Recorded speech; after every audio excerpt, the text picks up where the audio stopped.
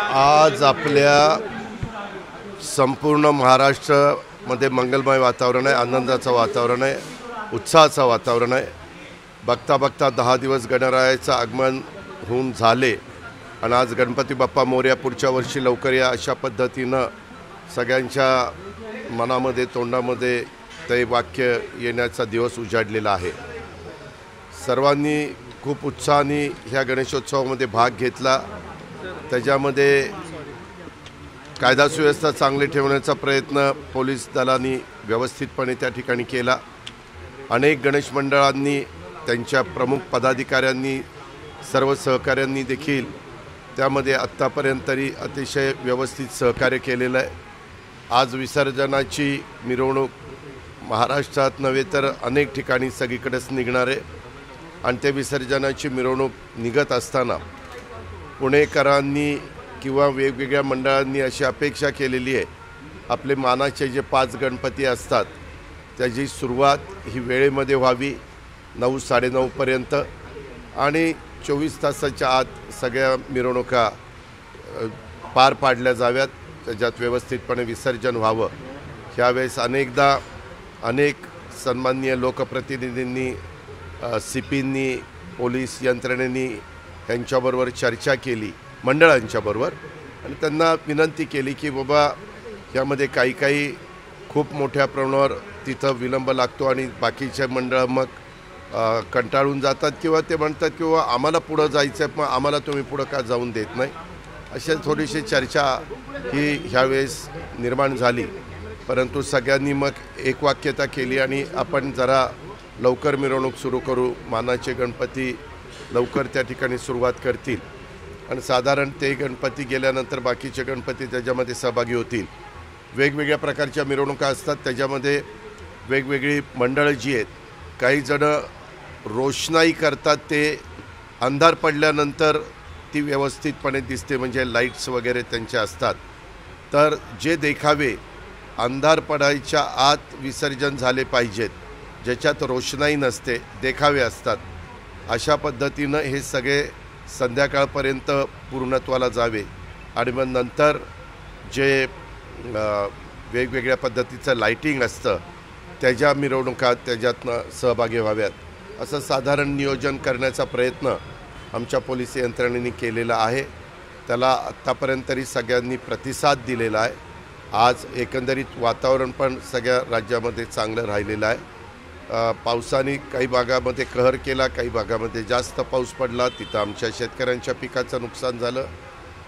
काही ठिकाणी पाणी जास्त मोठ्या प्रमाणावर आल्यामुळं काही भागात घरं पण बाधित झाली, बरीच कुटुंब बाधित झाली, परंतु त्यांना त्याच्यातून मदत करण्याची भूमिका ही आमच्या सरकारने घेतलेली होती आणि तशा प्रकारच्या सूचना पण दिलेल्या होत्या, तशा प्रकारची कारवाई पण झालेली आहे।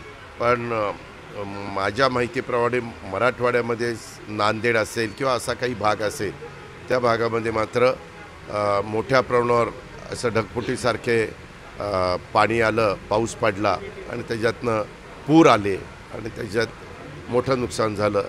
ह्याचे सगळे पंचनामे करण्याच्या सूचना दिलेल्या आहेत। माझा तमाम जनतेला, नागरिकांना मनापासून धन्यवाद द्यायचे, आभार मानायचे की त्यांनी आजपर्यंत 9 दिवस अतिशय उत्साहात, खेळीमेळीच्या वातावरणामध्ये, मंगलमय वातावरणामध्ये गणेशोत्सव साजरा केलेला आहे। अनेकांनी आपापल्या घरी पण देखील गणेशोत्सव साजरा केलेला आहे आणि आज त्याचा समारोप देखील, विसर्जन देखील अतिशय व्यवस्थितपणे, पर्यावरणाचा पूर्णपणे विचार करून आपण आवाहन केलेलं आहे की साधारण 6 फुटाच्या आतले उंचीचे जे गणपती आहेत ते आपण कृत्रिम जे काही तलाव केलेले आहेत किंवा व्यवस्था केलेली आहे त्याच्यात त्यांनी विसर्जन करावं।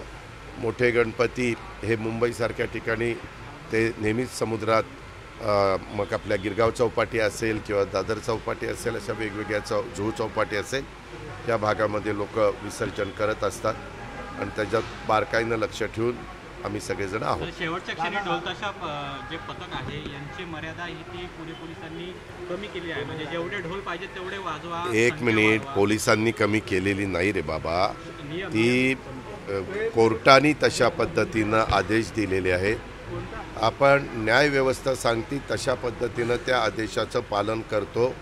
हे आपलं संविधानाने, घटनेने, कायद्याने आपल्याला सगळ्यांना शिकवलेलं आहे आणि त्याच्यावर ते आदेश ज्यावेळेस येतात त्यावेळेस पोलीस यंत्रणेला त्या आदेशाचं पालन करावं लागतं आणि ते पालन करण्याच्या करता वेगवेगळ्या मंडळांना प्रवृत्त करावं लागतं, समजावून सांगावं लागतं. ते काम आमच्या पोलीस यंत्रणेने केलेलं आहे. निर्बंध शिथिल केलेले आहेत, म्हणजे 2 पथकाऐवजी तुम्ही कितीही पथक अरे बाबा, त्याच्या मिरवणूक रेंगाळणार नाही का? नाही, त्यामध्ये आपण काही चौक आहेत ना महत्त्वाचे, तिथं ज्यावेळेस अशी पथक, लेझिम पथक असेल, ढोल पथक असेल, वेगवेगळी पथक हे थांबतात आणि ते त्यांचा एक खेळ तिथं करतात. म्हणजे तेवढा कार्यक्रम होईपर्यंत ते पुढं सरकत नाही. आपण त्यांना विनंती केलेली आहे की असं करू नका, तुम्ही तुमचं चालतच तुमचा लेझिम असेल, ढोल असेल, या पद्धतीनं ते म्हणजे चालतच ह्या सगळ्या गोष्टी करा असं आपण आव्हान केलेलं आहे. त्या आव्हानाला त्यांनी प्रतिसाद दिला. मिटिंग बऱ्याच झाल्या, वेगवेगळ्या स्तरावर झाल्या आणि त्याच्यात एक झालं, सर्वच वेगवेगळ्या मंडळांची आणि वेगवेगळे राजकीय पक्ष आहेत, त्यांचे कार्यकर्ते आहेत, त्यांचे नेते आहेत, ह्या सगळ्यांचं एकमत ह्या बाबतीमध्ये झाल्यामुळं त्याला काही फाटे फुटायचं कारण नाही. कधी एकाने एक सांगितलं आणि दुसऱ्याने दुसरं सांगितलं तर मग मतभेद पुढं येतात आणि मग त्याच्यातून नवीन प्रश्न आमच्या पोलीस यंत्रणेच्या समोर निर्माण होतात. काल तुम्ही फेसबुक पोस्ट करून सगळ्या सोलापूरच्या घटना स्पष्ट केलेल्या आहेत.